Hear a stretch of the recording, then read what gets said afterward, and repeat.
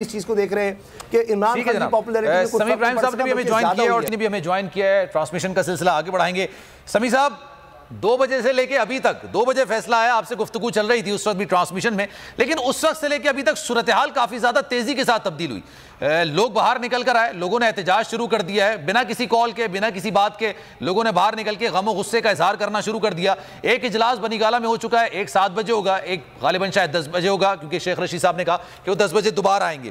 سر کیا ہو رہا ہے بنی گالہ میں, کیا آپ کو لگتا ہے کیا ہونے جا رہا ہے؟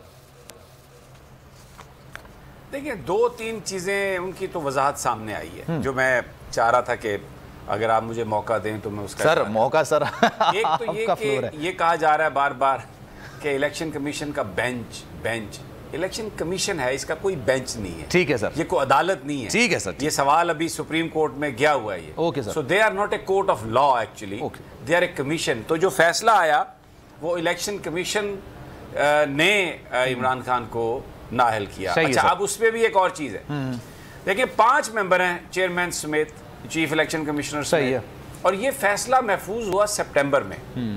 اس کی اناؤنس یہ اب ہوا ہے, تو یہ کہتے ہیں کہ ڈینگی کی وجہ سے ایک ممبر دستخط نہیں کر سکے. بالکل. تو بھئی یہ تو سپٹمبر سے اب تک ڈینگی چلی آ رہی ہے جب سے یہ فیصلہ محفوظ ہوا 19 ستمبر. تو 19 سپٹمبر سے لے کے 21 اکتوبر تک یہ کون سی ڈینگی ہے؟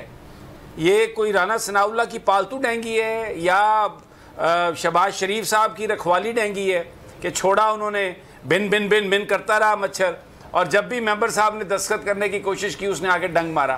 جھوٹ بول رہے ہیں, ایک ممبر کے دستخط نہیں ہے. یہ بینچ نہیں ہے, عدالت نہیں ہے, الیکشن کمیشن ہے, اور یہ فیصلہ بھی متفقہ نہیں ہے ابھی تک, اس کے دستخط نہیں ہے.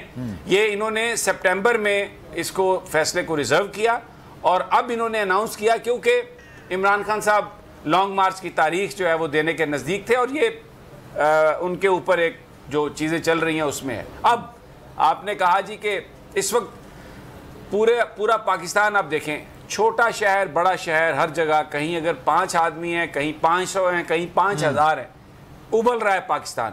لوگ باہر نکل آئے ہیں, وہ عمران خان کی طرف دیکھ رہے ہیں اور وہ کہہ رہے ہیں کہ آپ اعلان کریں, اب ہم سے اب برداشت نہیں ہوتا, انف از انف, اب ہم اپنے حقوق کے لیے نکلیں گے. دوسری بھی ڈیولپمنٹس ہو رہی ہیں, لیکن اس میں مجھے ایک چیز نظر آئی ہے.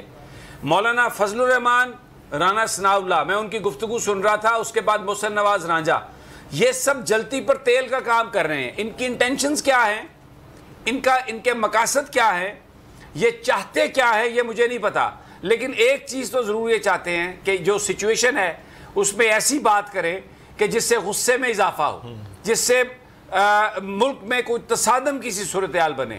اب اس کے پیچھے کیا ہے؟ سلمان مرزا آپ بھی ماشاءاللہ ایک بہت بڑے محقق اور تاریخ دان ہیں, یہ میں آپ پر چھوڑتا ہوں کہ اس کے بارے میں آپ ہمیں کچھ آپ کے شاگرد ہیں سر, آپ کے شاگرد کیوں بازار ہیں سر؟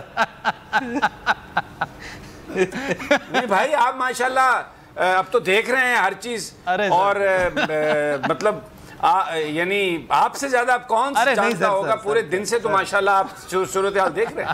سر آپ کی شاگردی میں ہے, سر آپ کی شاگردی میں. سر جمیل صاحب سے اگر اس کا جواب لے لوں میں, ذرا یہ بال آپ نے میری طرف پھینکی, میں جمیل صاحب کی طرف تھرو کر دیتا ہوں. جی جمیل بھائی. جی دیکھیں سلمان, جس طرح کی پریس کانفرنسز ہو رہی ہیں نا صبح سے, اس سے یہ لگ رہا ہے کہ یہ ایجیٹیشن کو مزید ہوا دینے کی